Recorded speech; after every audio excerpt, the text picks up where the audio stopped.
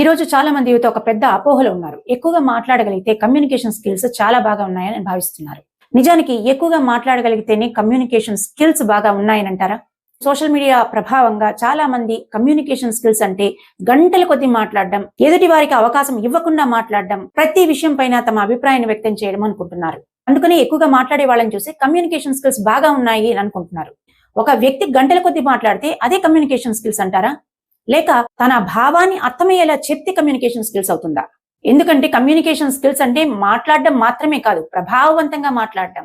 నిజానికి communication skills లో ముఖ్యంగా ఉండాల్సింది సగం మాట్లాడడం అయితే సగం వినడం. చాలా మంది మాట్లాడడానికే ప్రిపేర్ అయిపోతారు, కానీ వినడానికి కాదు. అందుకని సంబంధాలు, అవకాశాలు చేజారిపోతుంటాయి. ఎదుటి వారు ఏం చెప్తున్నారో అర్థం చేసుకోకుండానే మనం ఏం చెప్పాలో ఆలోచిస్తూ ఉంటాం. గుర్తుంచుకోండి, ప్రపంచంలో అత్యంత ప్రభావవంతమైనటువంటి వ్యక్తులందరూ కూడా గొప్ప స్పీకర్స్ మాత్రమే కాదు, గొప్ప లిజనర్స్ కూడా. కమ్యూనికేషన్ స్కిల్స్ అంటే కేవలం మాట్లాడడమే కాదు, ఎప్పుడు మాట్లాడాలి, ఎంత మాట్లాడాలి అని తెలిసి ఉండడం. దీని లక్ష్యం ఎక్కువ మాట్లాడడం కాదు, ఎదుటి వారికి అర్థమయ్యేలా మాట్లాడడం.